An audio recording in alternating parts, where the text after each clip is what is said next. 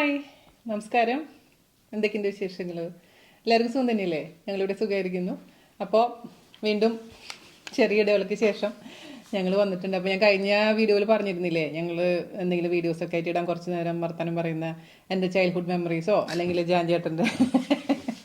ജാൻചേട്ടനും കൂടിയുള്ള സംസാരം. അപ്പോൾ കഴിഞ്ഞ ആഴ്ച ഇടാൻ പറ്റിയില്ല, കുറച്ച് സുഖം ഉണ്ടായിരുന്നില്ല. ഇന്ന് ഓക്കെയാണ്. അപ്പോൾ ഞാൻ വിചാരിച്ചു എന്തായാലും ജാൻചേട്ടൻ ഇന്ന് എന്താ ലീവാണ്. അപ്പോൾ ചേട്ടനും കൂടി കുറച്ച് നേരം ഇരുന്ന് നമുക്ക് വർത്താനം പറയാമെന്ന്. ചേട്ടാ വെൽക്കം ബാക്ക് ടു വീനാസ് കറിവേൽ. ഇപ്പൊ എല്ലാവരും പറയാം വീനാസ് കറിവേൽ എന്നുള്ള പേര് മാറ്റി നമുക്ക് ജാൻസ് കറിവേൽ എന്ന് ഇടാന്ന്. എന്താ വേണ്ടേ? ഇതിനപ്പുറം ഫുൾ ടൈം അടുക്കളയിലാണല്ലോ. ഫുൾ ടൈം അടുക്കളയിലാണ് അല്ലേ? അതൊരു വലിയ ഭാഗ്യല്ലേ? ഇപ്പൊ എന്ത് തോന്നുന്നു? സ്വന്തം ഭാര്യയുടെ ഭക്ഷണം വീഡിയോ നോക്കിയിട്ട്, അതായത് പണ്ടൊക്കെ ഞാൻ പറയാം ഞാൻ അതൊന്നും പറ്റൊന്നുമില്ല എന്ന് പറഞ്ഞ പുള്ളിക്കാരന് ഇഷ്ടമുണ്ടായിരുന്നില്ല. ഇപ്പൊ പിന്നെ നിവൃത്തിയിലാണോ ആ വീഡിയോ നോക്കി നല്ല കുട്ടിയായിട്ട് ഞാൻ രാവിലെ എനിക്ക് വരും വിളിക്കണം, മുട്ട വേവിക്കാനിട്ടു, സവാള അരിയുന്നു, മുട്ട റോസ്റ്റ് ഉണ്ടാക്കി, സൂപ്പറായിരുന്നു. അപ്പൊ എങ്ങനെ തോന്നുന്നു വീഡിയോ കണ്ടുണ്ടാക്കുമ്പോ? അത് ഈ ഇഷ്ടമില്ലാത്ത കാര്യങ്ങൾ നമ്മൾ ചെയ്യുമ്പോ നമുക്ക് ഇഷ്ടാവും. ഇഷ്ടമില്ലാത്ത കാര്യങ്ങൾ ചെയ്യുമ്പോൾ അതെങ്ങനെ ഇഷ്ടമാവുന്നു? ഒരിക്കലും സംഭവിക്കുന്ന ഒരു കാര്യമല്ല. അത് ഈ തുന്നൽ സൂചിയുടെ കൂർത്ത വെളിവിൽ സ്വാതന്ത്ര്യം ഉണ്ടെന്ന് കേട്ടിട്ടുണ്ട്. അതാണ്. അതല്ല ഞാൻ പറയായിരുന്നു, 18 വർഷമായിട്ട് ഭാര്യയുടെ സർജറി വേണ്ടി വന്നു അടുക്കളയിൽ കയറി. ഇപ്പൊ പിന്നെ എന്തായി, എന്താ പ്രശ്നം എന്ന് വെച്ചാല് മറ്റേതൊന്നും ഉണ്ടായിരുന്നില്ല. ഒന്നില്ലെങ്കിൽ ആശാന്റെ നെഞ്ചത്ത് അല്ലെങ്കിൽ കളറിക്ക് പുറത്ത്. അല്ലെങ്കിൽ വിഷമാണ്. ഇപ്പൊ ഞാൻ പറഞ്ഞു വേണ്ട ജാനെ, നമുക്ക് ഫ്രിഡ്ജിൽ ഇഷ്ടം പോലെ ഭക്ഷണം ഉണ്ടേ, മറ്റേ ഇന്നുണ്ടായാലും ഉണ്ടാക്കണം, ചിക്കൻ എടുക്കുക, അതെടുക്കുക, ഇതെടുക്കുക എന്ന് പറഞ്ഞിട്ട് ഇപ്പൊ ഭയങ്കര കുക്കിങ്ങാ. അത് മിസ് ചെയ്തിരുന്നു തോന്നുന്നുണ്ടാ ഇത്ര നാള് ഈ ഒരു? അതല്ല, അത് ഈ കംഫർട്ട് ക്രൈസിസ് എന്ന് പറഞ്ഞിട്ടൊരു പുസ്തകമുണ്ട്, നല്ലതാ. ഈ ആൾക്കാർ കൂടുതൽ സമയം ഇരിക്കുന്നത് കൊണ്ടും കൂടുതൽ സമയം കുറച്ച് ദേഹാധ്വാനമുള്ള പണികളൊന്നും ചെയ്യാത്തത് കൊണ്ടും വരുന്ന രോഗങ്ങളെ പറ്റി. ഉദാഹരണത്തിന് ഇതൊക്കെ. ഞാനാ ദേഹാധ്വാനം ചെയ്യാത്ത ആള് നന്നായി പറഞ്ഞിട്ട് തന്നെ പറഞ്ഞോളൂ കേട്ടോ. ഭാര്യനെ പറ്റി കുറ്റം പറയാൻ പറ്റില്ല. അതല്ല, മര്യാദക്കുള്ള ഇപ്പൊ കറക്റ്റ് പോസ്റ്ററിൽ ഇരിക്കുന്നില്ല, സോഫയിൽ അധികം നേരം ഇരിക്കുന്നു, കിടക്കയിൽ ഇങ്ങനെ കിടന്നുകൊണ്ട് എഡിറ്റ് ചെയ്യുന്നു, അല്ലെങ്കിൽ മൊബൈൽ ഇങ്ങനെ പിടിച്ചുകൊണ്ട് സിനിമ കാണുന്നു. ഇതൊക്കെ കൊണ്ടുവരുന്ന ചില രോഗങ്ങളുടെ. അല്ലല്ല, ഞാൻ പറഞ്ഞതെന്ന് പറഞ്ഞാല്, അപ്പൊ ഞാൻ ഓഫീസിൽ ഇത്ര നാളും ഇങ്ങനെ സ്റ്റഡി ആയിട്ടാണ് ഇരുന്നിരുന്നത്. ഭാര്യയുടെ കഴിഞ്ഞപ്പോ ഇനി വീട്ടിൽ വന്നിട്ട് അധികം ഇരിക്കണ്ട, കുക്ക് ചെയ്യാൻ നിന്നാൽ അത്രയും സമയം കൂടെ നിൽക്കുമല്ലോ, രാത്രി സുഖമായിട്ട് കിടന്നുറങ്ങാം. അല്ലെങ്കിൽ ഉറങ്ങില്ലല്ലോ പാവം. അല്ല, ഈ സോഫയിലിരിക്കുന്നതും അല്ലെങ്കിൽ കംഫർട്ടിലിരിക്കുന്നതും കുറയ്ക്കാൻ വേണ്ടിയുള്ള ഒരു. അപ്പൊ ഇതിലോട്ട് ഇറങ്ങിയപ്പോ ഒരു രസം തോന്നുന്നില്ലേ? ഇറങ്ങിയപ്പോ രസക്കുറവൊന്നുമില്ല. സ്വന്തമായിട്ട് ഉണ്ടാക്കി സ്വന്തമായി കഴിക്കുമ്പോ പ്രത്യേക ടേസ്റ്റ്. പുറത്തുനിന്ന് ഓർഡർ ചെയ്യാൻ തോന്നുന്നില്ല. അത് ഒരു സത്യമാണ്. ഇപ്പൊ നമ്മളുണ്ടാക്കിയ ഒരു കറിയാണെങ്കിലും 2 കറിയാണെങ്കിലും അത് മതി, ധാരാളം. പിന്നെ ഫ്രിഡ്ജില് ആരും, ഞാൻ ഉണ്ടാക്കുന്നോണ്ട് ആരും കാര്യമായിട്ട് കഴിക്കുന്നില്ല. അതാണ് ഫ്രിഡ്ജിൽ എപ്പോഴും നിറച്ച് സാധനങ്ങളുണ്ട്. ഞാൻ കഴിഞ്ഞതിന്റെ മുമ്പത്തെ ആഴ്ച ഉണ്ടാക്കി വെച്ച ചിക്കൻ ഇന്നലെ ഞാൻ അല്ല, അവര് കഴിക്കില്ല. നല്ല കാര്യം. അവരുടെ ആരോഗ്യം നന്നാവും, എന്റെ ആരോഗ്യം നന്നാവും. നന്നായിട്ടൊക്കെ ഉണ്ട്, കുഴപ്പമില്ല. പിന്നെ പിള്ളേർക്ക് ഒരു മൂഡ് ഉണ്ടാവുമല്ലോ. അപ്പൊ ജാൻചേട്ടൻ ചിക്കൻ റോസ്റ്റ് ഒക്കെ നന്നായിട്ടുണ്ടാക്കും. പക്ഷെ എന്റെ പ്രശ്നം എന്ന് വെച്ചാല് എനിക്ക് ഫീൽ ചെയ്തിട്ടുള്ളത് ഇഞ്ചി അതി ഇടുന്നില്ല, അങ്ങനെ ഇടിച്ചിടിച്ചിടിച്ച്, അതായത് കുത്തി കുത്തി കുത്തി കുത്തി കുത്തി അതിനാകെ മാഷ് ചെയ്തൊരു പരുവം എന്തായാലും നമ്മള് ചവച്ചരച്ചിട്ടല്ലേ തിന്നണം. പിന്നെ ഓൾറെഡി മാഷൊക്കെ ആയിട്ട് ഇരുന്നാൽ പിന്നെ എളുപ്പമുണ്ടല്ലോ. അല്ല, എന്തായാലും ഞാൻ പറയുന്നത് ആ ഒരു ടേസ്റ്റ് നന്നായിട്ടുണ്ട്. മാത്രല്ല ആ ഒരു മനസ്സുണ്ടല്ലോ, ഭാര്യ സർജറി ചെയ്ത് കിടക്കുക ആയിട്ട്. എന്നാൽ അതുകൊണ്ടൊന്നുമില്ല, ഇത് എന്റെ സ്വാർത്ഥമായ ഞാനിങ്ങനെ കിടക്കാതിരിക്കാൻ വേണ്ടി. ശരി, അപ്പൊ കഴിഞ്ഞ ഇതിന് മുമ്പ് ഇത് ചെയ്യായിരുന്നു ഞാൻ, എനിക്ക് ഗതി വരുമായിരുന്നോ? ഇതിന് മുമ്പ് ഇങ്ങനെ അപ്പൊ ഞാൻ ഇത്രയും ജോലി ചെയ്ത് കഷ്ടപ്പെടുന്ന സമയത്ത് വീണ ഞാനും ചെയ്യാന്ന് പറഞ്ഞു വന്നിരുന്നെങ്കിൽ എനിക്കിങ്ങനെ പ്രശ്നം വരില്ലായിരുന്നു. ഇത് വരാൻ കാരണം നീ ജോലി ചെയ്തതല്ലേ, ഇത് നിന്റെ ഇരുത്തവും നിന്റെ ജോലി അതിലൊരു. തീർച്ചയായിട്ടും ജോലി ഒരു ഭാഗം തന്നെയാണ്. അതായത് ഇപ്പൊ എന്റെ ഭർത്താവ് ഓഫീസിൽ വന്ന് ഒരു കറി ഉണ്ടാക്കുമ്പോൾ ഭയങ്കര ക്ഷീണാണോ, ഭയങ്കര ടയർഡ്. അപ്പൊ ഞാൻ പറയായിരുന്നു, നമ്മൾ രാവിലെ തൊട്ട് വൈകുന്നേരം വരെ ഈ പൊതുവെ ആണുങ്ങളുടെ ഒരു പ്രശ്നം എന്ന് വെച്ചാൽ, എന്നാ നിങ്ങൾക്ക് അടുക്കളയിൽ പണി, എന്തിപ്പോ ഇത്ര പണി എന്ന് പറയുന്ന ആൾക്കാരുണ്ട്. അപ്പൊ അടുക്കളയിലാണെങ്കിലും അത് ജോലി തന്നെയാണ്. ഈ കണ്ടിന്യൂസ് ആയിട്ട് നമ്മള് മെയിൻ ആയിട്ട് ഇപ്പൊ കംഫർട്ട് ക്രൈസിസിലും പറയുന്നതാണ്, നമ്മള് നിലത്തിരിക്കുമ്പോ ഒരേ പോസ്റ്ററിൽ അധികം നേരം ഇരിക്കാൻ പറ്റില്ല. അവിടെ എവിടെയും വേദന എടുത്തു തുടങ്ങും. അപ്പൊ ആ പോസ്റ്റർ മാറും. ഈവൻ ആ പോസ്റ്റർ മാറുന്നത് വരെ നമുക്ക് കുറച്ച് എനർജി പോകുന്നുണ്ട്. അപ്പൊ കിച്ചണിൽ നിൽക്കുമ്പോ അല്ലെങ്കിൽ അങ്ങോട്ട് നടക്കുമ്പോ പാത്രം കഴുകുമ്പോ ഇതിലൊക്കെ എനർജി പോകുന്നുണ്ട്. ആ എനർജി പോകുന്നത് പോലും ഇല്ലാത്ത രീതിയിൽ ജീവിക്കുമ്പോഴാണ് ബുദ്ധിമുട്ട്. അല്ല കുഴപ്പമൊന്നുമില്ല. ഡെയിലി ഒരു 10 കിലോമീറ്റർ നടക്കുക, പിന്നെ എത്ര വേണമെങ്കിൽ കുക്ക് ചെയ്യാം.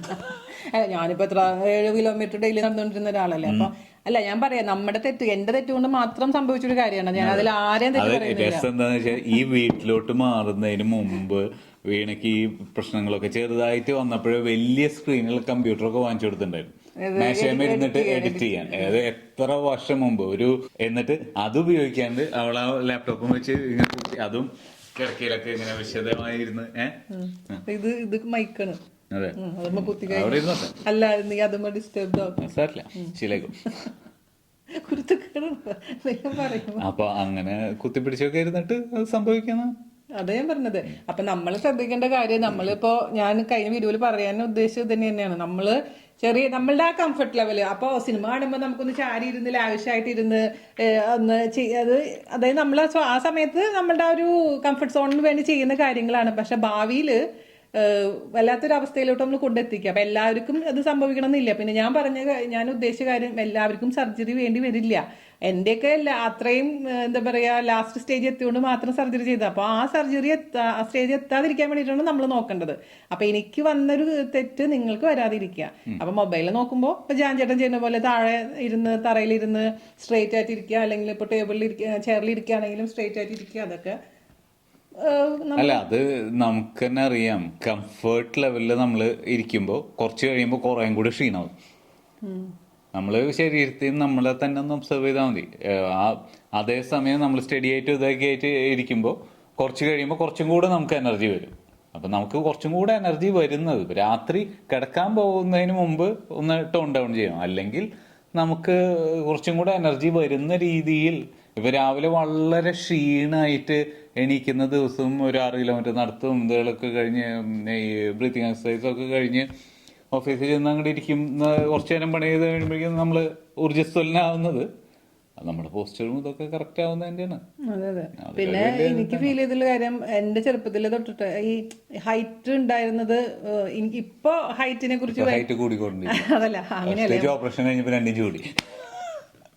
ജാഞ്ചന് കുശുമ്പോണേല് ഒന്നല്ല ഞാൻ പറഞ്ഞു വന്നത്. അയ്യോ ജാഞ്ചന പറയായിരുന്നു ഈ ഹൈറ്റിന് ഇത്ര ഇമ്പോർട്ടൻസ് ഉണ്ടെന്ന് ഞാൻ ചെറുപ്പത്തിൽ അറിയായിരുന്നു, അതിനു വേണ്ടി കുറച്ച് പ്രയത്നിച്ചാനായിരുന്നു. അത് ഞാൻ പറഞ്ഞു എന്താണെന്ന് വെച്ചാൽ, എൻ്റെ ചെറുപ്പത്തിലെന്ന് പറയുന്നത് സ്കൂളിൽ പഠിക്കുന്ന സമയത്ത് ഹൈറ്റ് ഉള്ള പെമ്പിള്ളേർ, അതായത് ഹൈറ്റ് ഉള്ള ആൾക്കാരെ ബാക്ക് ബെഞ്ചിൽ ഇരുത്തുന്ന പരിപാടി ഉണ്ട് ടീച്ചേഴ്സിന്. അതൊരു എനിക്ക് എന്തോ പേഴ്സണലി നാണക്കേട് പോലെ ഫീൽ ചെയ്തിട്ടുണ്ട്. അതായത് ഇങ്ങനെ ഒരു പേരും പറയാതെ മെലിഞ്ഞുണങ്ങി ഇത്രയും ഹൈറ്റ് ഉള്ള ആൾക്കാർ, ഒരു ചില പേരൊക്കെ ഇങ്ങനെ വരുമല്ലോ പിള്ളേർക്ക്, പെമ്പിള്ളേർക്കും പ്രത്യേകിച്ചും.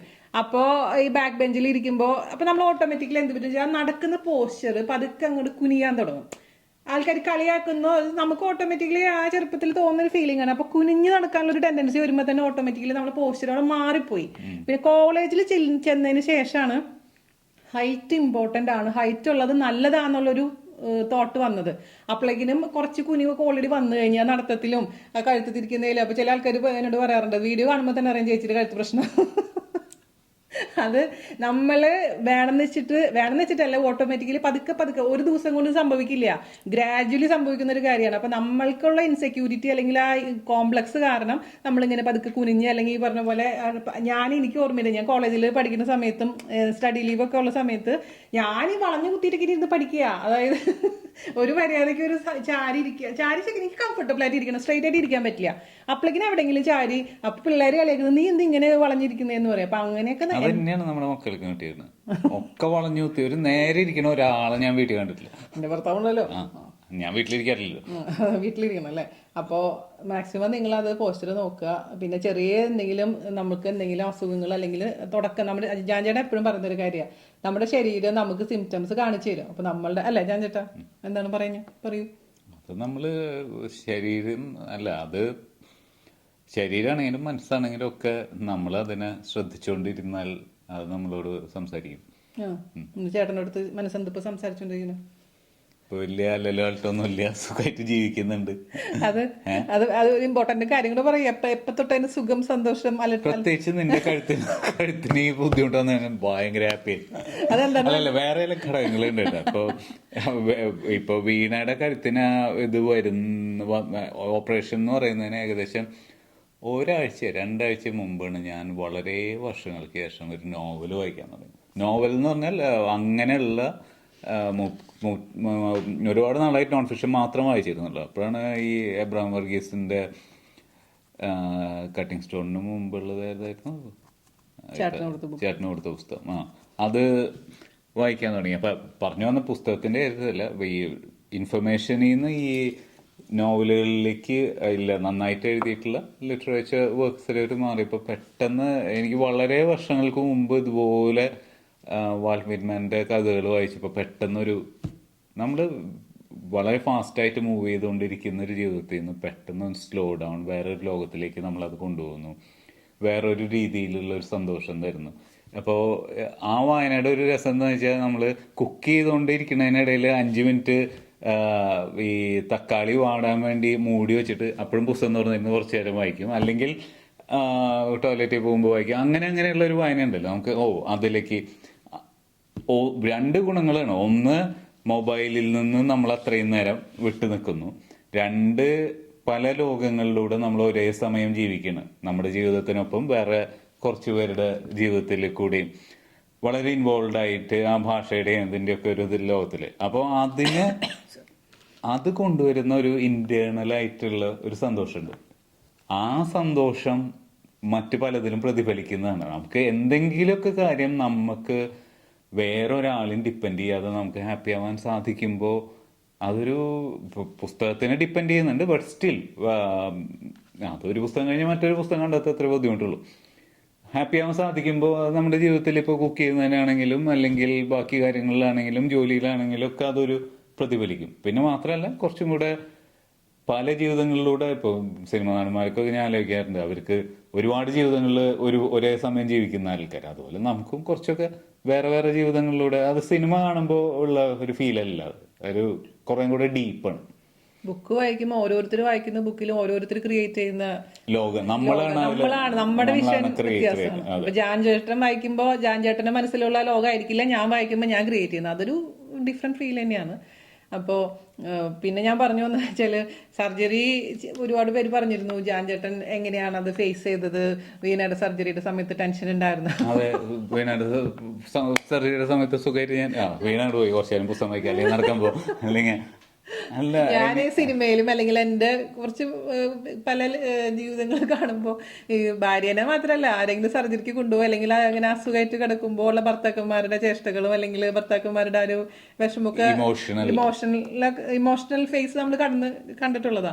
അപ്പം ഞാനിപ്പന്നെ കളിയൊക്കെ അവൾക്ക് വിഷമമായത് ഞങ്ങൾക്ക് അറിയാത്തതുകൊണ്ട്, അതുകൊണ്ടല്ല, അതിപ്പോ ഈ 18 വർഷം കൊണ്ട് അതെനിക്ക് മനസ്സിലായി. ഇപ്പൊ ആദ്യത്തെ കുറച്ച് നാൾ എനിക്ക് എന്നെ ഭയങ്കരമായിട്ട് എഫക്ട് ചെയ്തിരുന്നു. കാരണം നമ്മളിവിടെ വേദന കൊണ്ട് പൊളയുമ്പോഴും അല്ലെങ്കിൽ നമ്മളൊരു ഒരു ബുദ്ധിമുട്ടുണ്ടെന്ന് അറിയുമ്പോഴും അവരത് ലൈറ്റ് ആയിട്ട്, അപ്പൊ ജാൻ ചേട്ടൻ വേറെ ഒന്നുമല്ല, നീ റെസ്റ്റ് എടുത്തോ, അത് ഇപ്പൊ നീ റെസ്റ്റ് എടുത്തോ, ഞാൻ ഓഫീസിൽ പോവാണ്, നോക്കിക്കോ, വല്ലൊന്നും ചെയ്യണ്ട, ഓർഡർ ചെയ്തോ, അത് പറയുന്ന ഒരു മനുഷ്യനാണ്. പക്ഷെ നമ്മൾ എക്സ്പെക്ടേഷൻസ് ഉണ്ടല്ലോ. ഇപ്പോൾ പുതിയതായി കല്യാണം കഴിക്കുന്നവരാരെയും ഞാൻ പറയണ്ട, പിന്നെ ഇവരുടെ കൂടെ ജീവിക്കുമ്പോൾ നമുക്ക് അവരുടെ വഴിത്താരകളിലൂടെ നമ്മൾ സഞ്ചരിക്കും.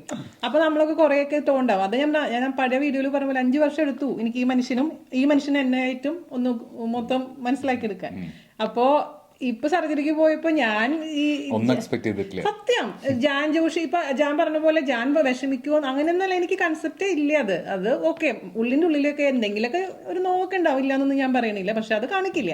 അതുകൊണ്ട് ഒരിക്കലും എനിക്കൊരു വിഷമം ഉണ്ടായിരുന്നില്ല. ഞാൻ അതിനെക്കുറിച്ച് ഓർത്ത് വിഷമിച്ചിട്ടേ ഇല്ല.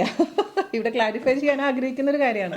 അപ്പൊ പണ്ടാണെങ്കിൽ ചിലപ്പോൾ മേ ബി ഞാൻ അതിനെക്കുറിച്ച് ഓർത്ത് വിഷമിച്ച് കരഞ്ഞ് നിന്നോട് വഴക്കിടുമായിരുന്നു. ഇപ്പൊ അത് ഞാനില്ല. പക്ഷെ ഇനി ആ സമയത്ത് ഞാൻ ചിന്തിച്ചത് ഇത്ര മാത്രമേ ഉള്ളൂ, ഇതിന് ശേഷം എന്താണ് ജീവിതം, എങ്ങനെ പോകും എന്നുള്ളൊരു ചിന്ത മാത്രമേ ഉണ്ടായിരുന്നുള്ളൂ. അപ്പൊ ജാൻ ചേട്ടൻ ആ സമയത്ത് ഫേസ് ചെയ്തതും അല്ലെങ്കിൽ അതിൽ കൂടെ ഈ ബുക്കിന് അതല്ലാതെ എന്തായിരുന്നു, ഇപ്പൊ ഞാൻ സർജറി കഴിഞ്ഞ് വരുന്നത് ഏത് അവസ്ഥയിലായിരിക്കുന്നു, എങ്ങനെയാണ് അത് പ്രിപ്പയർ ചെയ്തിട്ടുണ്ടായിരുന്നത്? അല്ല, ഒന്നും ചിന്തിച്ചിട്ടില്ല.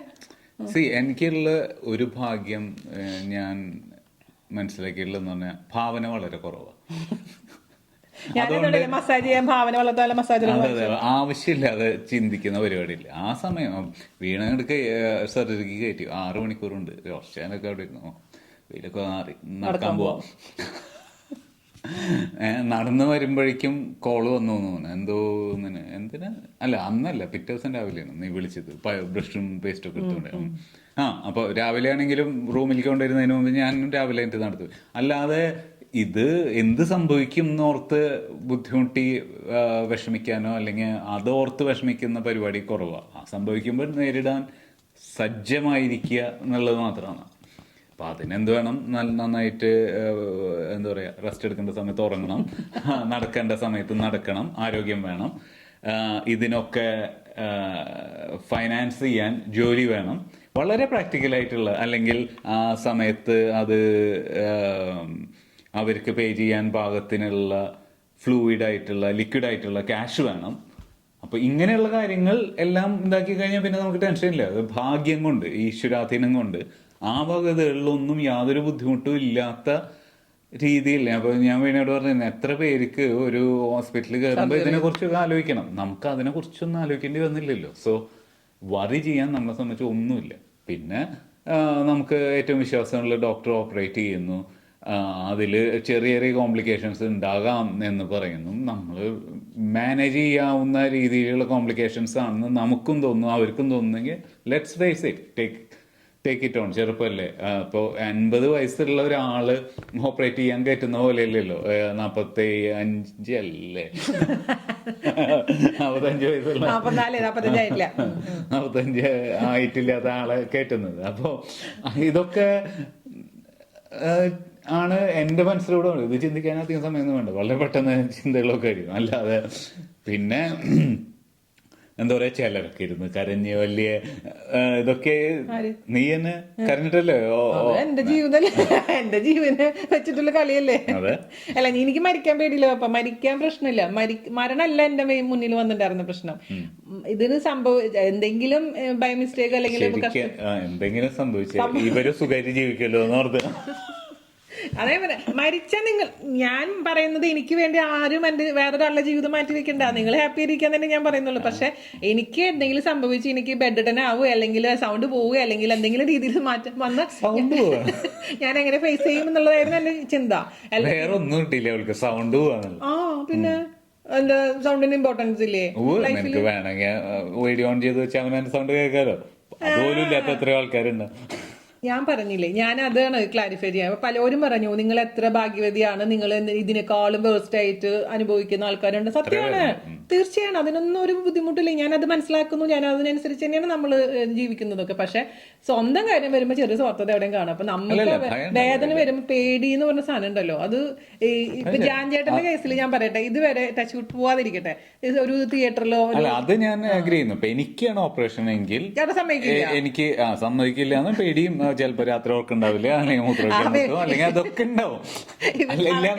പുറത്തുനിന്ന് പറയാൻ ഭയങ്കര എളുപ്പമാണ്, എല്ലാവർക്കും ഉപദേശിക്കാൻ ഭയങ്കര എളുപ്പം. ഞാനും ഇപ്പൊ പണ്ട് ഞാനിങ്ങനെ പലവരും പല കാര്യങ്ങളും, അമ്മ മരിക്കുന്നേക്കാൾ മുമ്പ് ഇപ്പൊ ഒരാള് അമ്മ മരിച്ചു അല്ലെങ്കിൽ അച്ഛൻ മരിച്ചു എന്നൊക്കെ പറയുമ്പോൾ നമ്മളത് പോട്ടെ, നമ്മൾ വിധിയല്ലേ, അല്ലെങ്കിൽ ഇത്ര പ്രായമായിട്ടല്ലേ. പക്ഷെ നമ്മളൊരാളില്ലാണ്ടാവുമ്പോ നമ്മൾ സ്വയം അത് ഫേസ് ചെയ്യുമ്പോഴാണ് ആ വേദനയുടെ ആ ഒരു ഡെപ്ത് നമുക്ക് മനസ്സിലാക്കാൻ പറ്റുള്ളൂ. അപ്പോൾ ഉപദേശിക്കുന്നതിന്റെ ടോൺ മാറും. അപ്പൊ നമുക്കും കൂടെ വേദന ഫീൽ ചെയ്തിട്ടായിരിക്കും. ഉപദേശം ആവില്ല ആ സമയത്ത്, നമ്മൾ ഷെയർ ചെയ്യുന്നു അല്ലെങ്കിൽ പങ്കുവെക്കുന്നു. അപ്പൊ അതുപോലെ തന്നെയാണ്. അപ്പൊ നമ്മള് ഒരാൾക്ക് ഒരു വേദന അനുഭവിക്കുക അല്ലെങ്കിൽ തിയേറ്ററിൽ കൊണ്ടുപോകുമ്പോൾ ആ സമയത്ത് ആ വ്യക്തി അനുഭവിക്കുന്നത് ഇവർക്ക് ആർക്കും. അപ്പൊ അത് ശരിയാണ്. അല്ല, അതാ ഞാൻ പറഞ്ഞ, ഇപ്പൊ എനിക്ക് ആണ് ഓപ്പറേഷൻ എങ്കിൽ പരമാവധി ഞാൻ ഒഴിഞ്ഞു മാറാൻ ശ്രമിക്കും. വെറുതെ എനിക്ക് വേദന തന്നെ വലിയ താല്പര്യമൊന്നുമില്ല.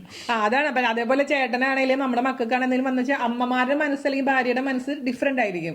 അയ്യോ, അവര് കൊണ്ടുവരുന്ന വരെ നമ്മൾ ഈ കണ്ണിൽ എണ്ണ ഒഴിച്ച് കാത്തിരിക്കലും അല്ലെങ്കിൽ പ്രാർത്ഥനയും കാര്യങ്ങളൊക്കെ ആയിട്ട് അത് ഓരോരുത്തരുടെ രീതികൾ വ്യത്യാസമാണ്. അപ്പോൾ അതുകൊണ്ട് ഇപ്പൊ ജാൻചേട്ടൻ മോശം അല്ലെങ്കിൽ ഞാൻ വലിയ ആളെന്നല്ല ഞാൻ പറഞ്ഞു വരുന്നത്. അപ്പൊ അത് ഓരോരുത്തരുടെ ജീവിത സാഹചര്യമുണ്ട്. അപ്പൊ ജാൻ്റെ അമ്മ അങ്ങനെയാണ്. അമ്മ ഭയങ്കര സ്ട്രോങ് ആണ്. അതേസമയം അച്ഛൻ കുറച്ചും കൂടെ ഇമോഷണൽ ആയിട്ട് നിൽക്കുന്ന ഒരാളാണ്. അപ്പോൾ നമ്മൾ വളർന്നു വരുന്ന സാഹചര്യം കൊണ്ടായിരിക്കാം അത്. പക്ഷെ എനിക്ക് ഇവിടെ ജീവിതത്തിൽ എനിക്ക് എപ്പോഴും ഫീൽ ചെയ്തുള്ള കാര്യം, ഞാൻ വളരെ ഇമോഷണലി വളരെ മോശമായിട്ടുള്ള ഒരു വ്യക്തിയാണ്. ഭയങ്കര കുഞ്ഞു കാര്യത്തിന് വേണ്ടി പോലും ഇമോഷണൽ ആവുന്ന ഒരാളെ. പക്ഷെ അതേസമയം ജാൻചേട്ടനാണെങ്കിൽ കട്ടക്ക് ആന കുത്താൻ വന്നാലും അങ്ങനെ ഒരു ടെൻഷൻ ഇല്ലാത്തൊരു മനുഷ്യനായതുകൊണ്ടാണ് ഞങ്ങളിപ്പോ ഇത്രയും നിലനിന്ന് പോകുന്നത്. അപ്പൊ രണ്ടുപേരും കട്ടിപ്പിടിച്ചിട്ട് കരഞ്ഞിട്ടുണ്ടെങ്കിൽ ഒന്നും സംഭവിക്കില്ല.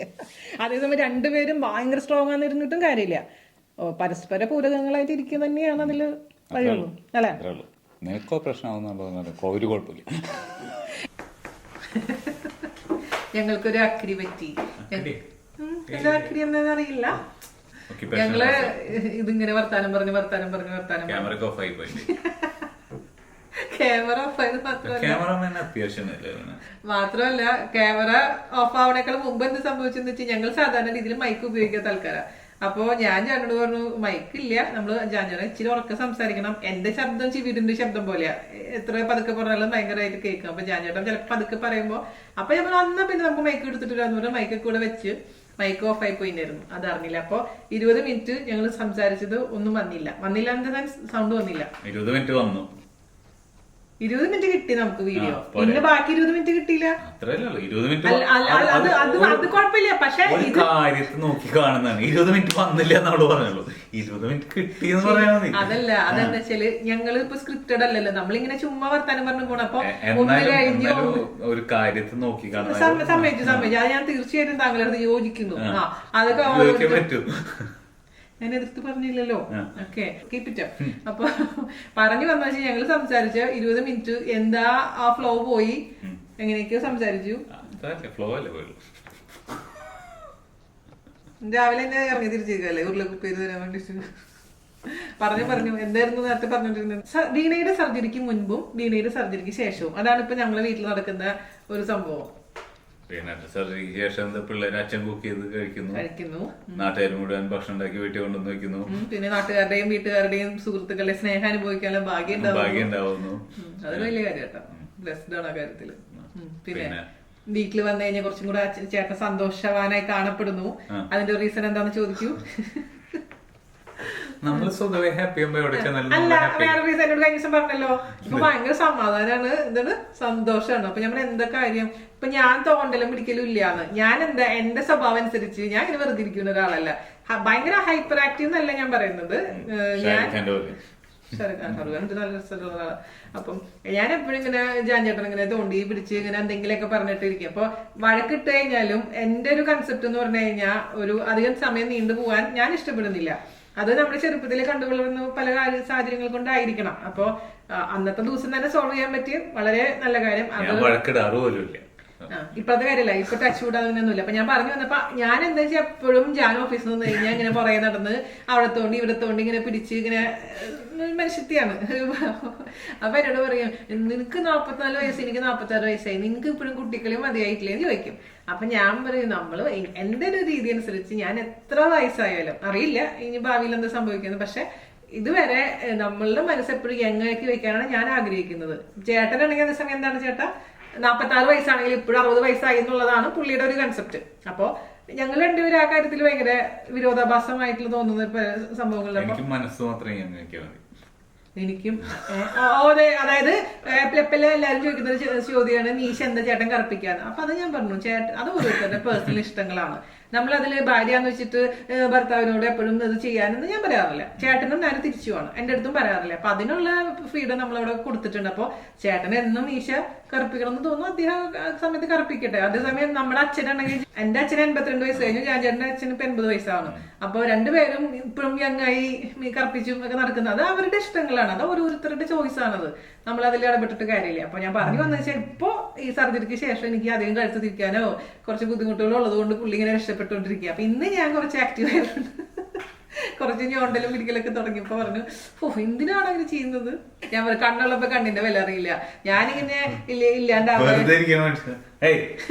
അങ്ങനെയൊന്നല്ല, ഞാൻ സ്നേഹത്തോടു കൂടി ഇങ്ങനെയൊക്കെ തോന്നാറുള്ളൂ. അത് ഓരോരുത്തരും നിങ്ങളെപ്പോ ചെയ്യാറില്ല, നിങ്ങളെ ഭർത്താക്കന്മാരെ ചെയ്യാറില്ല, ഭാര്യമാരെ അടുത്ത് ശരിയാന്ന് ഞാൻ മാത്രം ചെയ്യാറുള്ളൂ. ഒരു എക്സെപ്ഷൻ കേസാണ്, അത് ഭാഗ്യല്ലേ. അങ്ങനെ ഒരു ഭാര്യനെ കിട്ടുന്നത്. ചിലർക്ക് പറയും ഈ ചേട്ടൻ എങ്ങനെ ഈ പെണ്ണിനെ സഹിക്കുന്നത്, ഇത് മീണ്ട എപ്പോഴും വായടക്കാണ്ടിരിക്കുകയാണ്. അത് എന്റെ ഒരു ക്യാരക്ടറാണ്. ഞാൻ ചേട്ടൻ ഉറക്കം വന്നു, അപ്പൊ ഞാൻ ആ ടോപ്പിക്കിൽ പോണില്ല. അത് ഇൻട്രസ്റ്റ് എല്ലാവരും രണ്ടുപേരും ഇൻട്രസ്റ്റ് ആയിട്ട് ഇരുന്ന് മാത്രം കാര്യമുള്ളൂ. എന്തെങ്കിലുമൊക്കെ ടോപ്പിക് വരുമ്പോ നമ്മള് നേരത്തെ കുറെ എന്തൊക്കെയൊക്കെയോ പറഞ്ഞു. എന്റെ സർജറി കഥ അല്ല, എന്റെ സൂചി കുത്തുന്ന കഥ, നഴ്സുമാരുടെ കാര്യം, ഡോക്ടർമാരുടെ കാര്യം ഒക്കെ ഞാൻ പറഞ്ഞിട്ടുണ്ടായിരുന്നു. അത് പോയി നിനക്ക് ഒറ്റയ്ക്ക് പറയാവുന്ന കാര്യമില്ല, ഇതിന് ഞാൻ വേണ്ടല്ലോ നിന്റെ സൂചി കുത്തുന്നത്. അത്രേ ഉള്ളൂ. അപ്പൊ അടുത്ത വീഡിയോ ആയിട്ട് കാണാം. വീണ നാളെ തന്നെ സൂചി കുത്തുന്നത് വീണ നാളെ തന്നെ കൊറേ കഥ. അതെന്താ പ്രശ്നം എന്നറിയാമോ, എനിക്കിങ്ങനെ ഒരുപാട് കഥകളല്ല എന്റെ ജീവിതത്തിൽ നടന്ന പല കാര്യങ്ങളും കുഞ്ഞിലേ മുതലുള്ള കാര്യങ്ങളുണ്ട്. അതായത് ഓർമ്മ വെച്ച നാളെ മുതലേ എന്ന് പറയുന്ന കാര്യങ്ങളുണ്ട്. പക്ഷെ അതിന്റെ പ്രശ്നം പല കാര്യങ്ങളും എനിക്ക് പറയണമെന്ന് ആഗ്രഹമുണ്ട്. അപ്പൊ എനിക്ക് ശരിക്കും പറയുന്നതോട് മാധവിക്കുട്ടി അമ്മേനെ ഭയങ്കര എനിക്ക് റോൾ മോഡൽ അങ്ങനെ ആഗ്രഹിക്കുന്നുണ്ട്. പക്ഷെ അതായത് പുള്ളിക്കാരി എല്ലാം എടുത്തടിച്ച് പറയും. പക്ഷെ എന്താ പ്രശ്നം എന്ന് വെച്ചാൽ ഇതിൽ പല ക്യാരക്ടേഴ്സും ഉണ്ട്, ഇപ്പോഴും ജീവിച്ചിരിക്കുന്ന പലരും ഉണ്ട്. മനസ്സിലാവുന്നുണ്ട്. അപ്പൊ എനിക്കാണത് മുഴുവൻ പറഞ്ഞു കഴിഞ്ഞാൽ അത് പലർക്കും പ്രശ്നങ്ങളാവും. അതാണ് എന്റെ ഒരു കൺഫ്യൂഷൻ. അപ്പൊ അതെങ്ങനെ ഞാൻ കഥ പറയും നിങ്ങളിലോട്ട് എത്തിക്കുന്നു എനിക്ക് അറിയില്ല. പേര് മാറ്റാ അത് നമുക്ക് പറയാലോ. ജീവിച്ചിരിക്കുന്നത് ഇതില് കുറച്ച് നീ ഇപ്പൊ കഥ പറയുമ്പോൾ നിനക്ക് കഥയിലുള്ള എന്താണ് കഥ കൊണ്ട് ഉദ്ദേശിക്കുന്നതെന്ന് മാത്രം അവർക്ക് മനസ്സിലായാൽ മതിയല്ലോ. ധ്യാനൊക്കെ പറയുന്ന പോലെ പറഞ്ഞാൽ മതി. ധ്യാനാണ് മോനെ, ധ്യാനം പോലെ ആവാൻ എനിക്ക് പറ്റൂല. നമുക്ക് നോക്കാം. അപ്പൊ ഞാനത് ശ്രമിക്കാം. ഞാനല്ലെങ്കിൽ ബുക്കൊക്കെ എഴുതണമെങ്കിൽ എനിക്ക് പ്രശ്നമില്ല. അത് നമുക്ക് ശരിക്കും പറഞ്ഞു കഴിഞ്ഞാൽ ബുക്ക് എഴുതണമെങ്കിൽ പ്രശ്നമില്ല. അങ്ങനല്ല. ഇതിപ്പോ അവരെന്നോട് എന്റെ ചൈൽഡ്ഹുഡ് മെമ്മറി എന്ന് പറഞ്ഞിട്ടാണ് ചോദിക്കുന്നത്. പുസ്തകത്തിൽ ഈ പറഞ്ഞ പോലെ എന്ത് വേണമെങ്കിലും എഴുതാം. അതായത് എന്റെ കഥ എന്ന് പറഞ്ഞ എഴുതണ്ടല്ലോ, ഒരു എല്ലാവരും കഥയെ പറഞ്ഞിട്ടാ എഴുതല്ലേ. ഇച്ചിരി ഏജ്ഡ് ആവട്ടെ, കുറേ കഥകൾ നിങ്ങളടുത്ത് പറയാനുണ്ട്. അതിപ്പോ പറയാൻ പറ്റില്ല, പല രീതിയിലുള്ള പ്രശ്നങ്ങൾ ഉണ്ടാക്കുന്നുള്ളത് കൊണ്ട്. അതൊക്കെ സിനിമയോ സീരിയലോ സീരീസോ ഒക്കെ ആക്കാനുള്ള കഥകളൊക്കെ ഉണ്ട്. അത് നമുക്ക് നോക്കാം. പക്ഷെ ഇപ്പൊ ഞാൻ വിചാരിക്കുന്നു എന്റെ കുഞ്ഞു ചെറുപ്പത്തിലെ കുറച്ച് കാര്യങ്ങൾ നിങ്ങളടുത്ത് ഷെയർ ചെയ്യാം, താല്പര്യമുണ്ടെങ്കിൽ കാണാം. അപ്പോൾ അടുത്ത വീഡിയോ ആയിട്ട് ജാൻചേട്ടൻ സംസാരിക്കാൻ താല്പര്യമുള്ള ടോപ്പിക്, അതേപോലെ തന്നെ കുട്ടികളെ കുറിച്ചുള്ള കാര്യങ്ങളൊക്കെ നമ്മളൊക്കെ ഓൾറെഡി പറഞ്ഞിട്ടുണ്ട്. ഈ ടീനേജ് പിള്ളേരെ ഡീൽ ചെയ്യുന്ന കാര്യങ്ങളൊക്കെ ഓൾറെഡി വീഡിയോസ് ഇട്ടിട്ടുണ്ട്. ഞാൻ ലിങ്ക് താഴെ തരാം. ഇനി എന്നാലും എന്തെങ്കിലും ഞങ്ങൾ ഒരുമിച്ചിരുന്ന് സംസാരിക്കുന്ന പോലെ കാര്യങ്ങളാണെങ്കിൽ നിങ്ങൾ കമന്റ് ചെയ്യാൻ മറക്കരുത്. മാക്സിമം ഷെയർ ചെയ്യുക, കാണുക, സപ്പോർട്ട് ചെയ്യുക. അല്ലേ? അതെന്താ? അപ്പൊ അവരോട് ബൈ പറഞ്ഞു. ബൈ.